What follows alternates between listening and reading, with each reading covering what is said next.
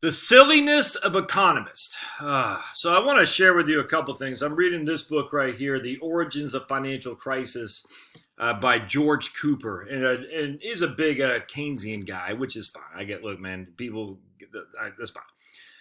But I want to share a couple things with you from him, and then share some other things that we'll go into and why you can't. I cannot tell you. It drives me insane. The people who say we need the CBO, the Congressional Budget Office, to grade our tax cut proposal, or the CBO to grade our. It does, as if the CBO, as if their history is anything to be proud of. And we need all the top economists say doing this will make sense. I despise that. These economists are nothing more than climate scientists doing economics, though. They have their models, and their models will prove anything they want. Junk in, junk out. It's just that simple. And so people, for some reason, is the appeal to authority. I was just talking to a guy yesterday who's not aligned with me politically, but he's a good guy, and I like him. But he said he's in my business. He's going to start his own firm here shortly. Where's my man? Pablo. What's he doing? All right. What are you doing, buddy?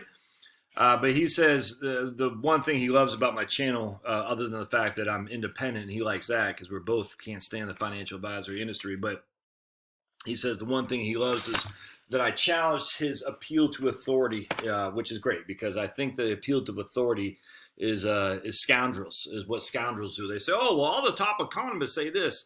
All the top scientists say this, as if that means the debate is over, as if science or economics is a consensus. No, it's not. So I want to read a little bit from this, The Origins of Financial Crisis, and we'll dive a little bit more into it. And all right, so this is page 90, and you see he has a little bit of footnotes here, and this is from the chapter Money, Banks, and Central Banks, and he goes over. Well, let me share with you a couple things. So he talks about the central banks. The upshot of all this is the chaos that preceded central banks, is that central banks are required to do restrain credit creation for financial stability, promote credit creation for demand management, i.e. to increase demand, restrain monetization to control inflation, promote monetization to avoid economic contractions. All right, so basically, they can't do all things. I just find that, and I completely agree with that. I mean, we're asking the Federal Reserve, because a godlike, restrain monetization, promote monetization, restrain credit, promote credit. The whole thing's silly. All right, but then he goes on to say, before leaving this chapter, the topic of Japan and the persistence of Japanese deflation must be addressed. Now, this book was written in 2008, all right? So Japan had been 15 years of deflation. So the topic of Japan and deflation must be addressed. Having claimed that governments can generate inflation at will by printing money, the persistence of Japanese deflation must be explained. Does the Japanese experience repudiate the idea that governments can always generate inflation? Japan's inflation-generating capacity has been constrained by two factors. More importantly, Japan has enjoyed a considerable trade surplus throughout its period of deflation. Any attempt to generate inflation through monetization, i.e. printing money, would have caused the value of the yen to fall sharply. This in turn would have caused an already large trade surplus to grow still larger, something that would have been intolerable to Japan's trade partners. So that's his first reason why Japan was limited on its ability to create inflation, because their trade partners would have found it intolerable for Japan to weaken its currency. Okay, that seems awful weird to me. So we're not going to annoy our trade partners, but we're going to keep it in deflation so our economy is not doing anything. And so we're going to hurt our local citizens so we don't annoy America. I don't think so, man. I think that's I don't think that's the case at all. On top of that, well, you already have this massive trade surplus. So why would adding more of a trade surplus, all of a sudden that would annoy the trade partners when they're not annoyed already? It's a silly argument. I get what he's saying. They're not going to devalue their currency which when you devalue your currency, you increase your exports. And he's saying, look, they're already exporting enough. They're net exporters. So a devaluing of the currency would just make it even more net exports, which would make the trading partners that much more angry, and that will restrain them from doing a devaluation, i.e. inflating. That seems odd to me. But anyway, number 2. Japan's political demographic structure places the balance of power in the older generations who have significant pension assets, largely invested in bonds. For this cohort, mild deflation is perfectly acceptable state of affairs, again suggesting political factors put limits on the degree to which the printing press can be deployed. So he's basically saying because Japan is aged and most of the aged population has bonds, deflation is actually acceptable to people in fixed income accounts. And so he uses a pretty elaborate jump to say they're happy with deflation, and thus Japan, because they don't want to inflate the currency by devaluing it, political restraints would say they can't do that. Okay, well, do we have any evidence of that whatsoever? Do we have any evidence whatsoever that if they were to inflate the currency by devaluation, I'm not saying they needed to devalue. I'm not saying that, but is there any evidence whatsoever that that was true? That Japan, the older generation would throw the current people out of office when in fact they were thrown out of office anyway, time and again. I don't know that to be true. Again, these are answers looking for questions. And the irony of it all is he doesn't mention at all what Richard Koo was talking about, and I don't have this book there. And the Holy Grail talk about Japan, that there is no demand for loans. There's no demand for loans. And because of that, he's trying to put the blame, without evidence, I might add, on older Japanese who are okay with a little bit of deflation, or the worry that Japan doesn't want to piss off their trading partners. There's no evidence of that. I mean, there might be some. We might be able to say, oh, I don't know, Obama got mad at Japan we might have some evidence of that, but it's just anecdotal. Is there any evidence whatsoever other than an economic diatribe that says the older people were against inflating the currency? I just don't, it's just silly. I mean, again, these economists, they don't know their butts from a hole in the ground when it comes to the real world. They don't. That doesn't mean you don't read their stuff and their opinions. But what I'm just saying is, they don't know any more than you and I at all. I mean, that sounds right. Like, you're like, yeah, that does make sense. But just because it makes sense doesn't mean it's true. And it might be. It might be correct. But knowing what I know after reading Richard Koo, I said that isn't correct. It wasn't about any of what this guy just said. It was about there was no demands. And Richard Koo shows that by showing evidence of there's no demand for debt. If there's no demand for debt, all the credit expansion in the world by lower interest rates isn't going to amount to anything. It won't amount to anything at all. Now, he does say, were the political climate to change, Japan could create inflation instantaneously. A simple decree allowing the holder of every banknote to add an extra zero to the number on the corners of the notes, and another decree requiring shopkeepers to accept the notes at their new higher denomination would be enough to get shopkeepers to mark up prices immediately. Well, yeah, I mean, and he's not recommending that. I get that. I mean, you can always put a gun to somebody's head and say, you will inflate your currency and accept this new crappy currency, or else we're going to put you out of business. I mean, that's essentially what he's saying. A decree is by the level of violence of the government, ultimately with a barrel of a firearm. All right. So now I want to read this too. So he talks about the issue when it comes to Keynes are demand side economists, and demand says you increase the demand. In fact, I think extra demand creates extra supply, which creates growth of the economy is what they say. And supply side economists don't believe that. We don't believe extra demand creates the growth. We believe that entrepreneurs creating new things that there is no demand for create the demand out of the air, because we say, look, no one was demanding a cell phone like this that had all the incredible stuff that you could do relative to the amount of technology on the Apollo. No one's demanding that, or at least no one's demanding that in terms of an economic analysis. But it was in demand in people's brains once they showed how much valuable a cell phone with all the capacity could be. But no one actually demanded it. But it got demand once an entrepreneur said, let's bring this to the market. It was nuts. And that's the supply side. We're going to supply it, and you'll see the benefit of it, and thus you'll create the demand. Now, gains are always demand side. You create the demand by inflating the currency, by giving people money to spend, by public sector spending and things like that. That will create the demand, which then will create a supply. That's what this guy's saying. So, all right, later in the day, the market. All right, so let's just read a little bit of this. And towards the end of the day, both the baker and the farmer are selling their goods at a rate that they're happy with. Prices have settled to a new stable equilibrium. The price of potatoes and price of bread have moved relative to one another, accommodating the extra supply of potatoes.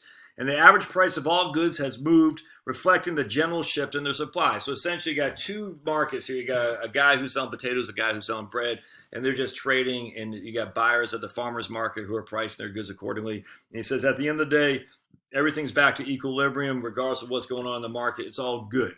All right. The price mechanism has generated extra demand just where needed. The equilibrium of supply and demand has been preserved, and the two stallholders, the potato grower, the farmer, and the baker, and the two stallholders never once communicated. They just did it because the market demanded whatever the price point was, i.e., the market dictates value, the market dictates price.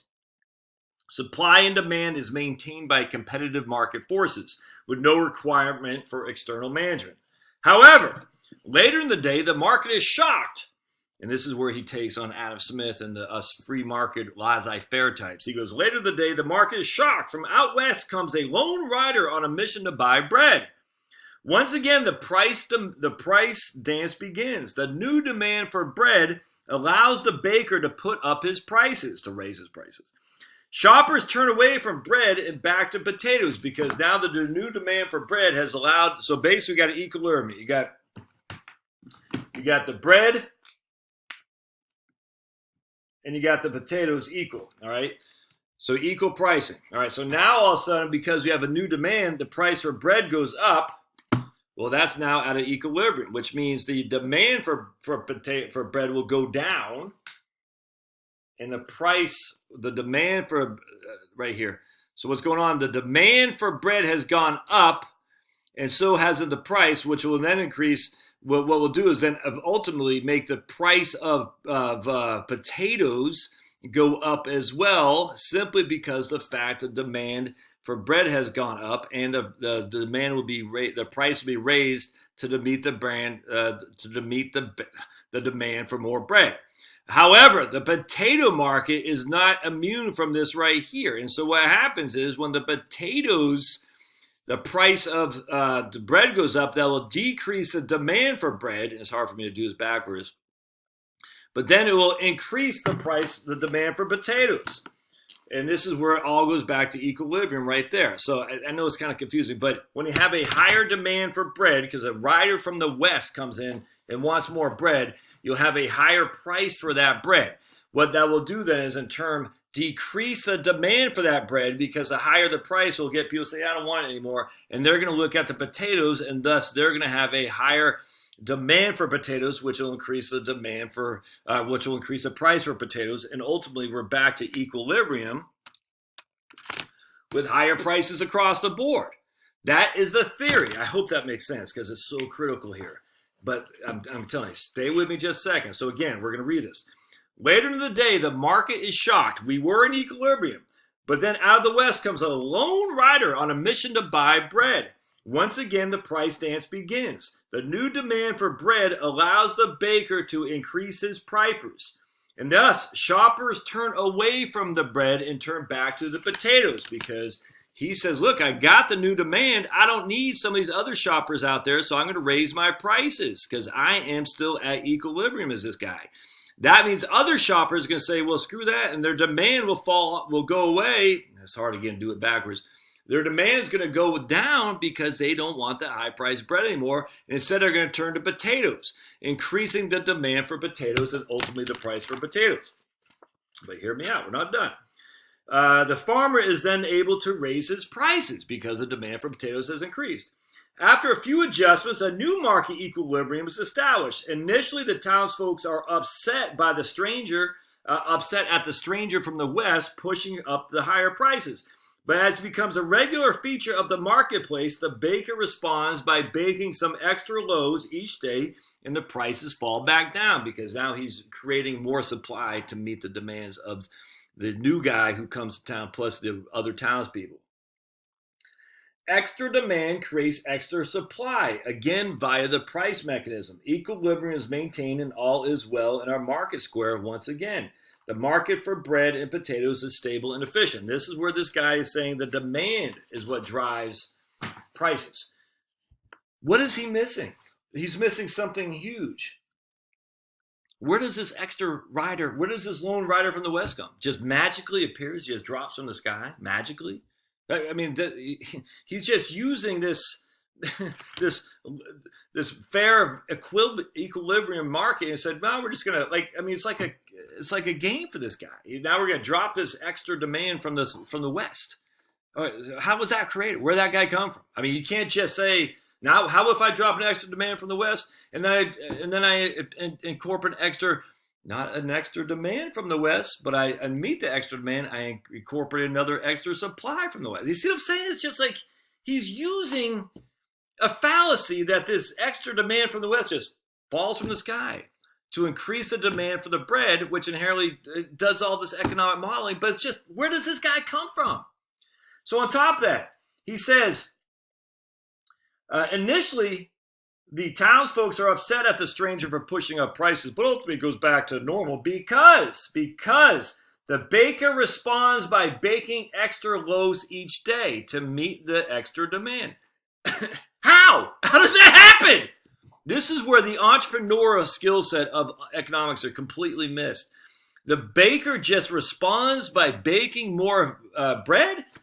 Wait, so essentially what you're saying was he was not at his own pure equilibrium before in terms of the amount of bread he could actually build physically. He could actually bake physically. He was under utilizing his ability. Because now you're just saying the baker just bakes more bread. How does that happen, fool? How? So you're saying, okay, the baker was only working half-time before and he was fine. But now he's working full-time because he has extra demand. He just magically has this guy coming from the West to create more demand for bread. And the baker just magically says, I'm going to bake more bread, increase the supply to meet the demand, and then the price will go back down. See how insane this is? It's insanity. These economists just pull stuff out of the air and say, look, my model, it works great. But how does that happen? The baker is already at equilibrium in terms of his demand on his time, as I am. I'm not taking more clients, as I said, for the end of the year because I'm at my max capacity. So you said, but the demand is going up, increasing my prices. You'll just create more time to meet clients. No, I won't. I'm at my max capacity as it is. And the same thing with baker. What this guy doesn't say is that when there's a huge demand that's not being met, what happens? You get more supply. You get more entrance into the marketplace. I sit there and I'm sitting there thinking, these economists I just don't get it. It's nuts. Anyway, so let's go. All right, let me go to this guy. So I showed up in my video feed. Consuela Mack, I guess she doesn't do videos anymore. She just does a podcast.